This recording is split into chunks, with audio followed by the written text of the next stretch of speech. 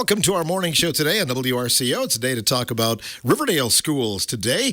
Upcoming referendum on Tuesday and some other great things going on in the district. And maybe at first we have a chance to talk to some transportation guys as well for the first time. Jeff Campbell is in the studio, district administrator, and joining us, transportation director Pat Clark. And Pete Wagner, you'll meet him as well. He'll be the upcoming transportation director as the torch will be passed in the district. But Jeff, we say good morning to you. Thanks for coming by today. Yeah, appreciate you having me on again. It's good to bring in another department within our district, and they'll talk about some of the great things they have going on, and then Pat will kind of talk about his career, that he's had, and Pete's done a nice job, and Pat's done a nice job kind of teaching him along the way here this year to kind of transition that role that Pat's had for 40 and a half years in our district. That's great. And then some wins for the district lately. Some things have been going well. Yeah, really have. We've had some nice things continue to go well for us. We've got our state forensics competitors. They'll be coming up. They've qualified. We've had a number of qualified for that. We've got our prom coming up here in another week. We had the 3 state finalists in the wrestling at the end of February. That was just the 4th time in the 61-year history that we had 3 state finalists. So that was an event that doesn't happen very often. We've got our job fair coming up on April 9th that one of our PLC teams in our junior high school puts on, job fair every year. So that's coming up for our community. Have a number of vendors that will be there on that day. And then lastly, we've got April 11th and 12th, we've assembled a team for a strategic planning team that we have for our district, something that we haven't really dove into probably in the last 6 or 7 years, but it's an opportunity for our district to kind of plan for the future. And we've got a number of staff members on that team that will kind of put us in the direction when we're making decisions to look 5 years, 10 years down the road of what we want Riverdale to look like. So that's an exciting thing that we have coming up, and we're being led by an individual that's done this throughout up to 30 school districts throughout the state, kind of led them in this same process, and it's we're really looking forward to that, I think, and I'm personally looking forward to it because I think it gives us a vision for everybody of what Riverdale is going to look like in the future. It's hard to know what education is going to look like, though, 10 years down the road. It sure is. So you can set these goals that you want to have, and then as you make adjustments to them based off funding or other things that come up or other requirements that you didn't expect to come up. But when we're making those decisions, at least we have those goals in mind, and those are our long-range goals that we want. You mentioned wrestling. I should get off track a little bit, but do you know the other years where you had 3 state finals? It was 90. Put you on the spot here. 2. Yeah, I've had that asked a lot. I believe it was like 1990, 1992 possibly, and then I think it was like 2013, right around there. So yeah, it's quite an accomplishment for those kids, and Coach Ingalls and what he's done with our program this year. Great legacy. It is. Really definitely, is. Yep. Something to follow up on, and something the school's very proud of, too. I drove by the field a couple of weeks ago, and I'm looking out there. It was like, I don't know, early on a Sunday morning to see if Kurt Thompson was out there raking the diamond. I don't know that he was, but... he could have been. He could have been. Our spring sports are off and running. Our tracks competed twice indoors. We've had our softball starts on Thursday. They got their home opener, and then baseball is outside already and practicing, and we'll be into their 3rd night coming up here tonight. So, yeah, we're off and running there. I think it may have happened last year, but, it's rare that you can get out and practice outdoors the first night of practice. Right? Yeah, it is. Usually you have about a couple inches of snow still to clear from the field. And so far this year, it's our softball got out, I think, about 3 days the week before during the spring break time that we had. And, yeah, they're going to take it full advantage of it. You can see them out there all the time as much as you can, because in another couple weeks we might be back inside for a while. Yeah, that happens. Next week's forecast isn't quite as warm, I don't think. No. So we want to get going a little bit on the referendum update, and what are some basics of the referendum, Jeff?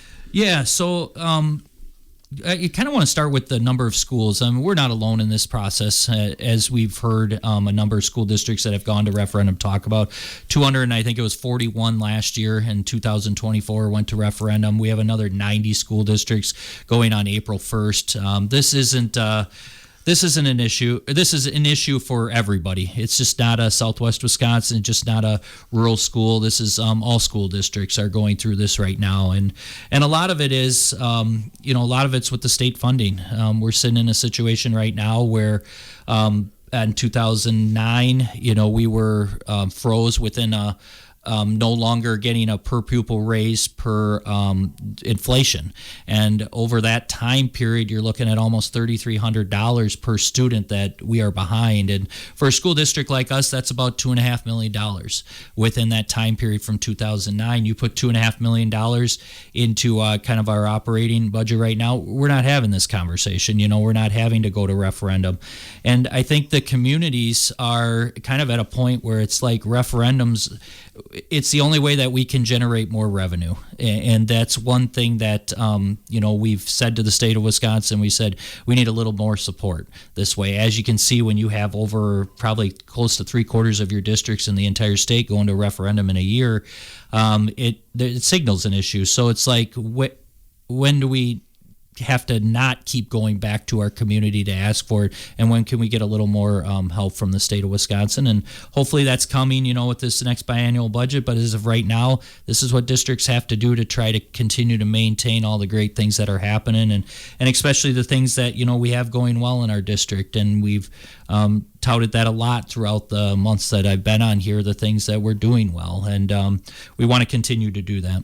I'm sure you're encouraging district residents to reach out to legislatures and things like that to kind of talk about school funding. Right? Yeah, definitely are. We've had those conversations in many of the referendum meetings that I've been in, and I encourage that, and I've encouraged them to reach out and just to talk about the reasons that they keep feeling like we just can't keep getting taxed, and there's got to be other ways that we can generate revenue for our school districts. And when you can have those conversations with your constituents, I think we see where they're coming from, they kind of see where we're coming from, and as a joint effort we can make that to our state legislator and just let them know that it's time to really look at those options that education associations have put on the table for the legislation, to kind of say, here's some ways that we can increase our funding. Here's ways that we can bring some relief to the school districts in the state of Wisconsin.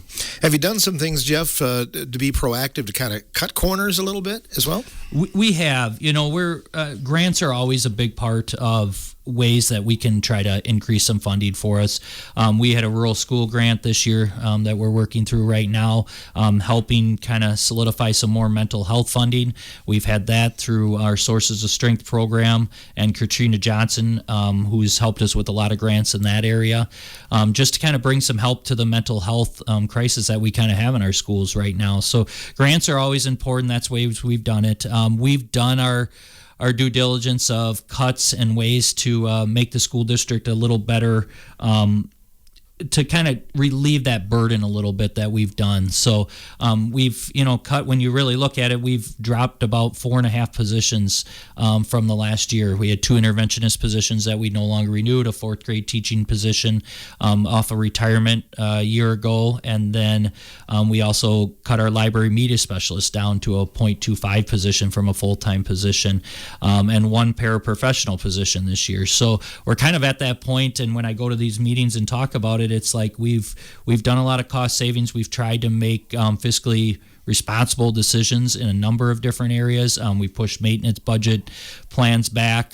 Just the only thing we really are doing this year is repavement of a parking lot, just to kind of keep that rotation going, because if you wait too long with that, you're looking at double the price of what you would be doing this if we keep consistently moving that. And that's about a $20,000 maintenance project, but that's about it, as far as maintenance projects go within our district. So we're really trying to do everything fiscally responsible and to have as little of a burden as we can, but we're kind of at a point now where we need a little bit of help, and that's where we've kind of reached this referendum on April 1st. When you've been out in the community, has there been a common question, Jeff? Yeah, I think the common question is just asking the things that we've done so far, and then the concern with the tax increase. Anytime you increase taxes, it's always a concern. We're going to be looking at about $106 per $100,000 increase, which is around 80 something a month that we sit at right now. But that's kind of the common question I'm getting. I get a good feel from these meetings that people are happy with what we're doing with the district and the route we're going in our district and the positives that we are producing with our kids on a daily basis, and the opportunities that we're giving our kids, I think, is the biggest thing. And people feel great about that. And that's a good feel when you go into these meetings. You're not getting, well, we really like what you're doing, but it's this added cost again. And I really convince them that it's part of that added cost is that we need to keep the people, because all these great things happen because of the people that we have within our district. The people want to, they feel comfortable there. And when the kids, when the people feel comfortable, the kids feel comfortable, great things start to happen. And I think we got a lot of good momentum going right now. And this little help on April 1st would really move us forward in the process that we have and the things that we want to do.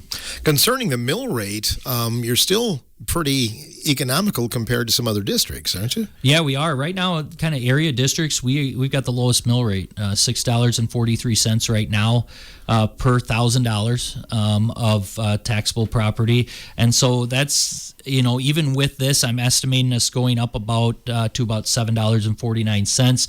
I always tell people, I said that might not be the exact, it's not going to range too far from that, but there's some other things that figure in kind of out of our control in the next year with the mill rate, but it's not going to go much higher than that. It could be a little bit lower than that, but that's where we're estimating up to about $7.49, which when you compare it to area districts and that around us, we're still probably be one of the lowest if some referendums pass around some area districts. So we're at a good place mill rate wise. That's been a discussion I've had. Community members seem very pleased with that, and we, even the jump up doesn't put us way up where we could be. We're not asking to go up into that, $10 to $11 range. We're pretty comfortable with staying at that $7.50 range if we're around there, and that's a pretty feasible mill rate for the area districts.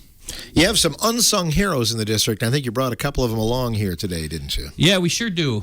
We've got, behind the scenes when you have a lot of things, when you run a district, a lot is on your academic side of things. And a lot of times, you have these departments that not everybody really understands or really knows their role within the district. So it's always nice to put a highlight on these individuals, because they work just as hard as our teaching staff does, and our custodial staff and our kitchen staff. Everybody works extremely hard. It's our transportation staff. So we were fortunate last year to hire on Pete Wagner as kind of a year to learn underneath Pat Clark. Pat's been the mainstay in our transportation director for 40 and a half years. I said since I was a kid going to school. I think it was 85 he started around that time, and I said I was about a 2.5-year-old around that time going to school, and we always rode the bus, so we knew Pat. We'd have to call in if we weren't going to get on the bus, things like that, to let him know. But he's been there, and he's always been there, and he's done a great job for the Riverdale District. And we've been able to keep staff because of the relationships they have with Pat and the relationships he builds with people. So when we have bus driver shortages, which we do because most of our drivers have been around working with Pat for a long time, and we'll have that, and Pete will talk about some things we're doing to help with that. But yeah, when you have a guy like Pat Clark, it's hard to release those reins, but a tremendous individual for the Riverdale District for all this time. Pat, you and I have talked for a number of years when there was a late bus, right? Yes. Yeah. Good to see you in the studio here. Normally you're at the other end of the phone. So has 40 and a half years gone by pretty quickly?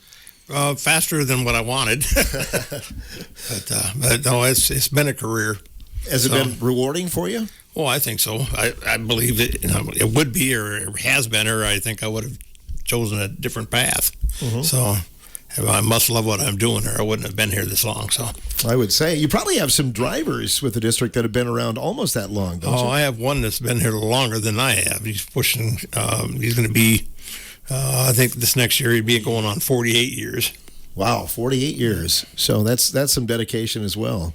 Do you remember, was Jeff a good boy on the bus or not? Do you remember? I don't have that good a memory. Okay. I'm sure he was. I plead the fifth. I don't know.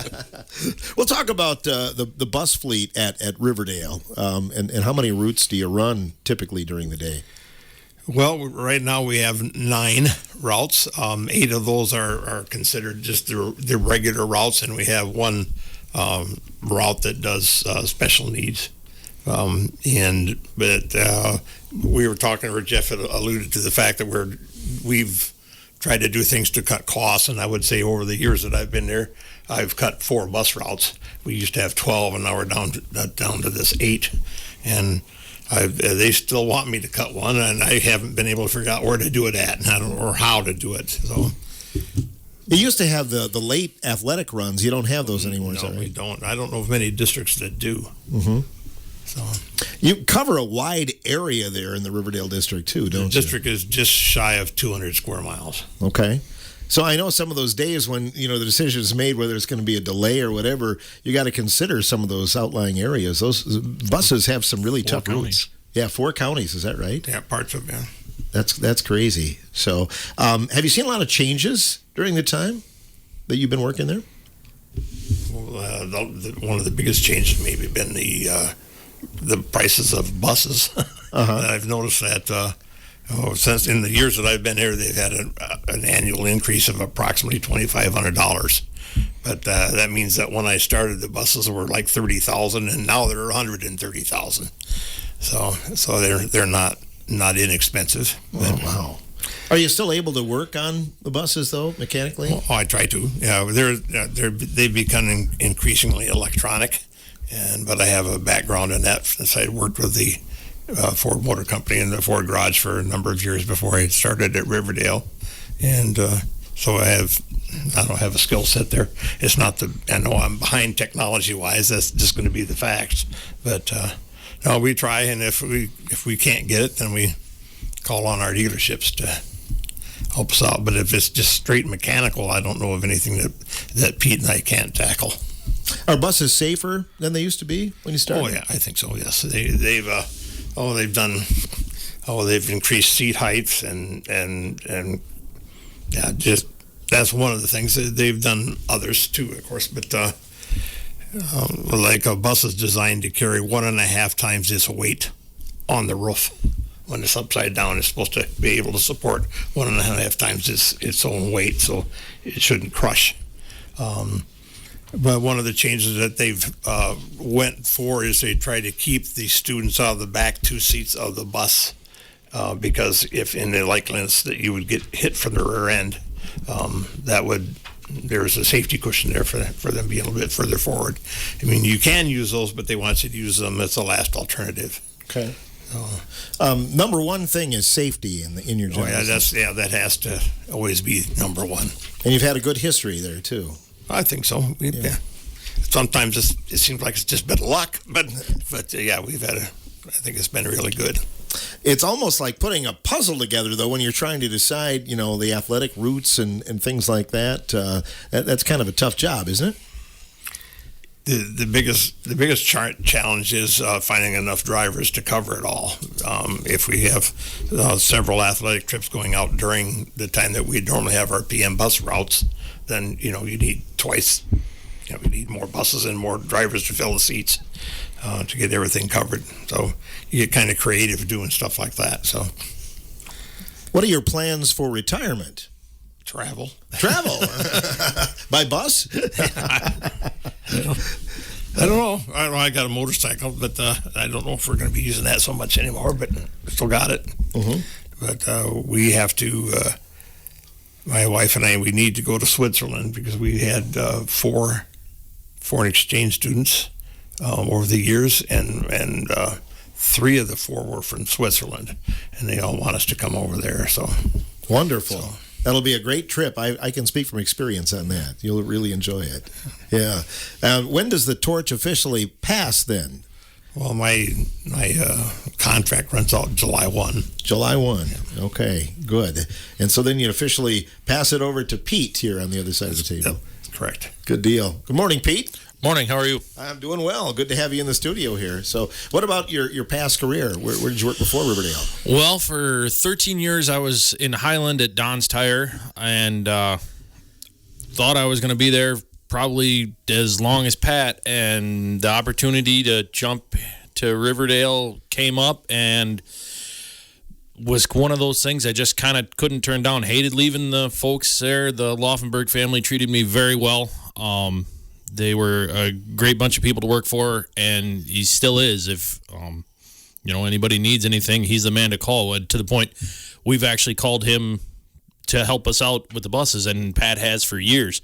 But like I said, the chance to come to the Riverdale District, it was just too good of an opportunity to pass up. So I had to come down here, and I'm really enjoying what I'm doing here. There at Don's, I was doing everything from, as it's Don's Tire, automotive, heavy duty, agricultural tire work. But then I got into really doing probably about, I'd say 85 to 90% of their automotive service work. And when something needed work done, they kind of looked to me to like, you're going to do this, and we're going to go over here and work on stuff like this. And they kind of gave me free reign on, ordering my parts and everything like that. And he said, well, Pete's got it handled. So kind of set me up, I think, to help out here at Riverdale to handle my own situations, because eventually Pat's not going to be around, and I gotta handle it on my own. So hopefully it'll work out really well. And, you're going to take a phone to Switzerland, Pat, or are you going to shut the phone off then? I'll be shutting it off. Okay. but I'm not going very far, actually, after I retire either. I'm going to be sub-driving, I'm sure, a lot. So, boy, that's good to hear, isn't it, Pete? Yeah, I'm really glad to hear that, because the best thing is, the sub-drivers, we love them to death, but then they come in and go, I don't exactly know where I'm going. Well, the man that designed the route, he should know where he's going. And our subs are, I can't speak enough for them. I call them 2 hours before, we have to go and, yep, I'll be there in a little bit. So it helps out a lot. Sure. It doesn't happen very often, but when school gets out early, too, sometimes you have to scramble around, don't you? Yes, we do. Because we actually have one driver that drives in the morning that is on with the Richland County Sheriff's Department here. Well, if we let out early, he can't help, or I should say, if we go late, have a 2-hour delay, he can't because of his contract with the Sheriff's Department. So I have to find somebody quick right away there in the morning. And same thing, if we let out late, some people have other jobs, and some of them are farmers and they have chores to do and stuff. They're like, I can't really stop what I'm doing right now. So having the sub help, it's a thing for the district that you just can't be without it. So if anybody wants to help us out, come on down to the bus garage. Right, and you have a special function coming up here, don't you? Yes, actually, kind of the first time we're trying something different on April 2nd from 5 to 7. I'm going to hold a little bit of an open house. Pat's going to be there. We'll talk about the routes, talk about requirements for getting your CDL and getting your bus and passenger endorsement on that CDL, and what it takes after that, medical qualifications, because being that we own our own fleet and handle our own transportation, everybody's like, I got to go get that Fed Med card on their thing. You actually don't. You have to go get what's called a MV 3030B, which is not quite as in depth. So with that, if people are scared about getting that federal, I'm never going to pass. Well, it's not quite as bad as you think. It's because we're not a for-profit company, say like a Schneider Trucking or something like that, a heavy-duty trucking company. You have to have that Fed Med card. The biggest thing that it does is it gets you to what's called intra-state driving, where you're going to stay in the state of Wisconsin. The thing with that is, once again, since we own our own fleet, the rules are a little different. And it's not that big of a deal. You just go into the doctor and they have you do a couple of calisthenic things, check your eyes, and that's about it. Mm-hmm. So, and now, do you have your own route with Riverdale right now? No, I'm also one of the sub drivers. As Pat will tell you, for the first 2 years he worked there, he never drove a bus on a route. But it happens. Where it happened this morning, where one of the gentlemen wanted to take the day off. Well, they get personal days and they get sick days, and things like that where, one of us can jump in a bus and take off. So that's another thing that I'm having to do is learn all the routes and trying to remember them all. And it's taxing, but I enjoy it. And I, like this morning, I ran up on Forest Road and got to see some of our local wildlife and tested the brakes a couple times on the bus. So a lot of districts have kind of gone away from having their own fleet, but it's still feasible at Riverdale, it sounds like. And I think, as Jeff said, the cutting the corners and things like that, believe it or not, it's a savings to the school to own our own fleet. Yes, there's insurance costs and there's fuel costs and everything like that, but you're going to pay that same thing having a contracted company come in. I think Pat figured it out. It was almost like $70,000 or something like that. Yeah, that's been several years ago. Several years ago, but so it's probably more than that the school saves. And with, as you said, us doing our own maintenance and things like that, dealerships are great for when there's some stuff we just can't figure out quite yet, the electronics and things like that. But when it comes to maintenance, having us do it there at the bus garage, a dealership labor charges is quite, can get quite high quite quickly. And having us do it in-house can still save the school district quite a lot. Do you usually have a spare bus, like, in case you have to run one in? We actually have 4 spare buses, and we use them with the extracurricular routes. Oh, okay. Because of sports are going, maybe the softball team's going to Cashton, maybe the baseball team's going to Darlington. Well, that's 2 buses going 2 different directions that we have to have a couple of backups. And I think we have a pretty good backup fleet, so it helps out a lot. And we just fire them up and stick them on the route with a sub driver, and they do just fine. It's awesome. Maybe it's selfish reasons, but I like to see the school name on the bus. That's old school, but you wonder, hey, where's that bus from? It's good to see Riverdale on the side. Yeah, it really is. And that's something that actually I've taken from a number of people in our community have asked about that and take a lot of pride in that. They wanted to see us continue to keep our own fleet and have that charge of that. And I know Pat's priced it out over the last couple of years, and it has been an increased cost and would be an increased cost to our district. Our school board asked for that, and it just wasn't. If we can continue to get the people to help us with the driving, I think it's great to have that your own fleet, and these guys have the knowledge enough to make sure that we're keeping up with the standards that we need to have in our buses, and they do a great job with that. Indeed. We'll talk more about Riverdale schools coming up here when the morning show continues.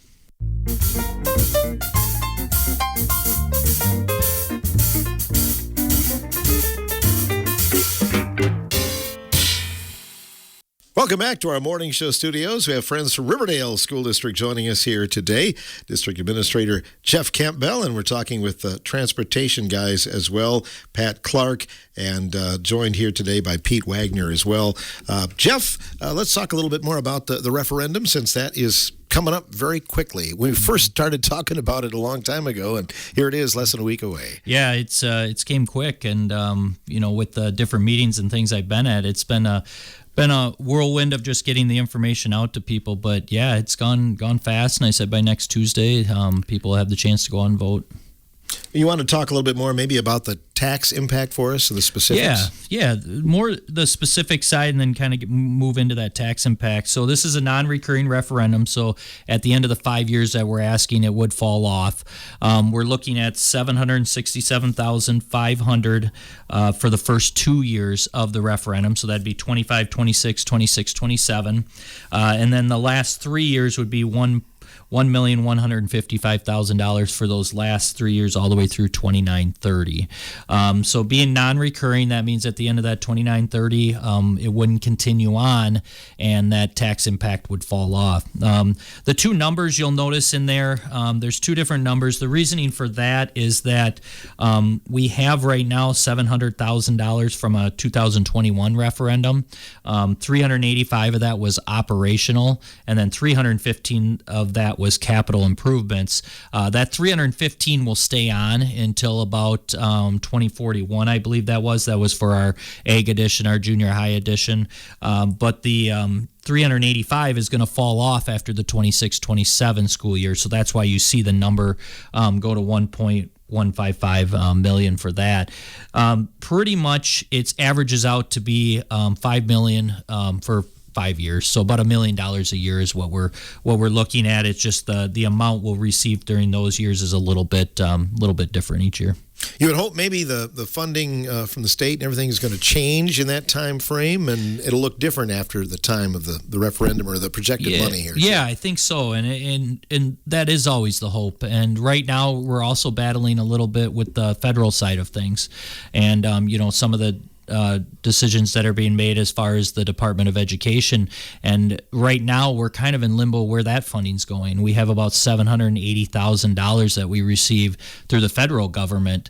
And right now, that's questionable whether that will still be there or not. So that's another thing that when you're diving into this, and that's about 8% of our total funding in our district, that is kind of up in the air right now. About 250,000 of that is for our school, for free and reduced lunch meals within our school, and then the rest of it, up to that 800,000, is for spec ed title idea funding to help us fund some of those programs and some of those positions. So you're looking at, we fund about 5 positions out of that amount in the federal government. So right now, you have two things: you have your state amount and you have your federal amount. And this federal amount right now, we just don't know if that's going to, with the removal of the Department of Education, if that's going to go maybe to different departments now within the federal government, and that funding will still be there, or if it's going to all go to the state, and the state will determine how that funding is distributed. That's kind of still up in the air yet. So another thing that we're kind of watching right now at this point, and another reason why we want to keep a solid fund balance. And that's another part of our referendum that, I've been talking to people about. We have about a $14 million budget, right around that area. And we want to try to keep between 25 and 30% of that within our fund balance as kind of a stay safe. If something's not in your budget and something happens, you have some funds to fall back on. Or something like this with this federal funding, we lose that. Okay, we have a solid fund balance. We're going to have to pull from that to keep us going and to keep everything in the direction. So at about a $14 million budget, we want to stay within that 25-30%. You're looking at around $3 million that we want to maintain within a healthy fund balance so that we can have that money for these emergency situations that come up. So, like this year we had a boiler go down, not something we had budgeted for. One of the original boilers in our elementary school that's going on 30 years old, that goes down. We're able to dive into that fund balance and pull that expense out because it wasn't one of our originally budgeted expenses that we expected to have. We expected a couple more years out of that boiler. So that's a situation that we want to make sure that we're doing a good job with that. We project a budget deficit this year, so we're going to dive into that fund balance. We're going to be below that 25-30% by the end of this year. And then what happens is we have those we're going to have even increasing costs. We predict about around $355,000 deficit this year without a past referendum. Then we're going to about a $600 and some thousand dollar, then an $800. So you start to pull that out. We're looking now, we hardly have much of a fund balance left, and these funding situations, you don't know how they're going to act. So now you don't really have the money. Now you're looking at short-term borrowing just to make through situations, and it's not a good place to be in that kind of a situation. So those are kind of some of the things with the referendum, why we're at the point we're at, and what we're looking for in the future.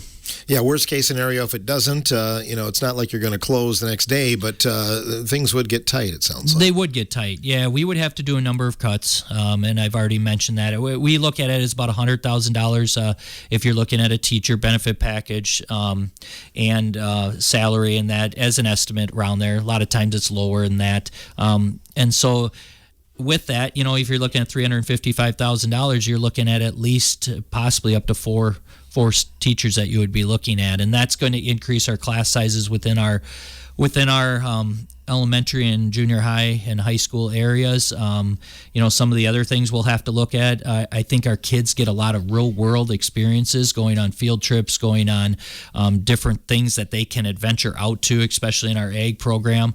We would really have to look at whether that would be feasible to do anymore, to really take those trips and try to cut back and save on that money, save on a sub, save on transportation costs that direction, and just kind of stick to the main ideas of the transportation. Another thing that we'd have to look for is our college and career readiness programming, which has really been a popular part of our district and really set some kids up for some future opportunities. We would really have to look at how much we would be able to spend on that and really cut back on those opportunities. And last but not least, we want to remain competitive. We talked about kind of a shortage in bus drivers. Everybody's looking for that area. Everybody's looking for custodians. We're looking for subs. Teaching staff, quality teaching staff that allows us to be able to do the programming we're doing. We have teaching staff right now that have their masters, so we're able to do the UW Oshkosh CAP program. And so kids are coming in and being able to get college credit through UW Oshkosh that they can transfer off to their colleges there because our staff members are that highly qualified. And to keep those kind of highly qualified staff members, you got to have a great surrounding where people feel comfortable in a district. I think our staff does, but you also need to compensate them equitably of what they really feel they should be worth. And we want to keep those people because, as I've said a number of times on here, it's the people that make the difference in what we're doing.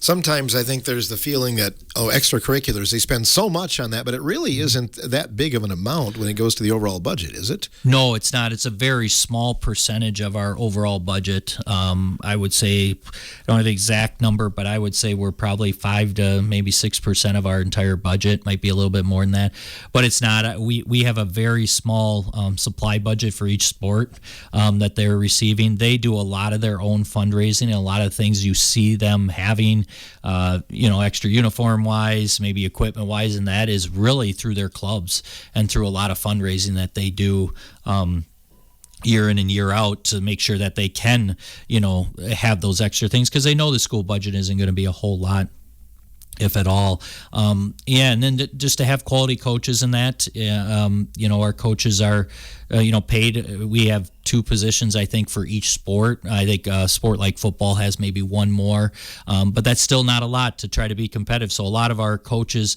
besides the 2 paid, are volunteer coaches, and that's something that we look at. This last year, we had to cut back on our FBLA program, which was unfortunate, and we had to eliminate one of our forensics coaches and our cheer program. So we looked at the numbers in each of the programs, and we took, based off those numbers, we decided which cuts we were going to have to make. So those are more things that we've done within our extracurricular programs to try to help us out, and also lowering supply budgets for each sport. It's been nice to have the transportation guys in here as well. Pete, some other things you wanted to add? I know we recently did purchase some buses, but again, you were kind of frugal in that whole thing, weren't you? Yeah, actually, it was Mr. Campbell that sent me an email one day that said, hey, take a look at this and see what it's like. He had been notified by one of our school board members that found it on Facebook Marketplace, like we find everything nowadays. There was a company out of Wilton, Wisconsin that was going out of business, a bus contracting company, and they said, hey, we got these used buses for sale. They were only 9 to 10 years old, and some of our buses are much older than that. And so Pat and I took a drive way up there to Wilton, and we started looking underneath things, and was just, like I said before, another opportunity that was too good to turn down. They're basically brand spanking new, but 10 years old. So we were able to purchase all 3 of those for right around, I believe, the $85,000 mark, which sounds like a lot of money.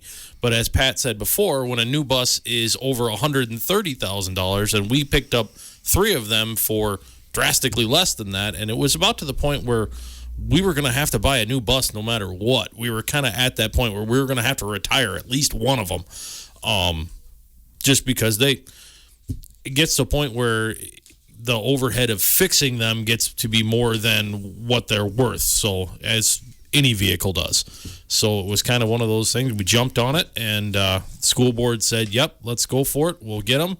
And we've got them on route now, and they seem to be doing really great for us with us, and the guys are happy.